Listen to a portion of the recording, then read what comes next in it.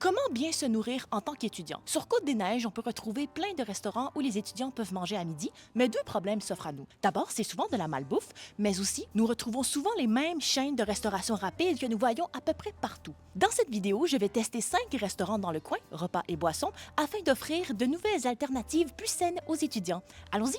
Commençons avec mon repas le moins cher. Je suis allée au Montero. Oui, je sais, celui-là fait un peu restauration rapide, mais vous allez voir, ça en vaut la peine. Au 5327 avenue Gatineau. Et c'est un endroit spécialisé en grillade portugaise. Les ailes de poulet étaient franchement délicieuses, les frites étaient croquantes, juste comme il faut, et le tout avec la boisson ou fruit de la passion, c'était vraiment la cerise sur le sundae. Et tout ça pour 15,51 $ avant pourboire. Ce repas est donc le moins cher parmi les 5 que j'ai testés. Ensuite, j'ai essayé le Don Donia au 5349 avenue Gatineau. J'ai même apporté ma lecture du moment pour faire passer le temps. Un thé chaud ainsi qu'un repas de yakidon et le tour est joué. Le coût avant pourboire, 18,40 $.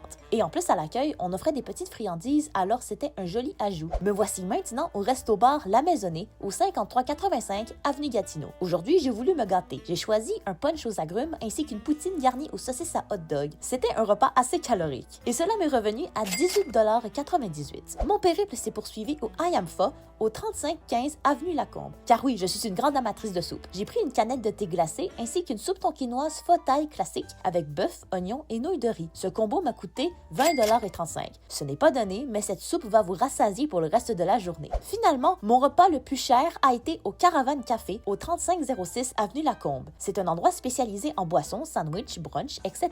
J'ai choisi un frappé latte, franchement très rafraîchissant, ainsi que des œufs bénédictines avec bacon, salami et calabrese. Il y avait également des patates, une salade et énormément de fruits, dont des ananas, des morceaux de banane et des raisins. Bon, par contre, comme je le disais, c'est le restaurant qui m'a coûté le plus cher, soit 26,73 $. Alors réservez-vous cet endroit pour des occasions vraiment particulières. J'espère que tu as apprécié mes recommandations. Toi, où vas-tu manger dans le coin? Pour plus de reportages vidéo, abonnez-vous!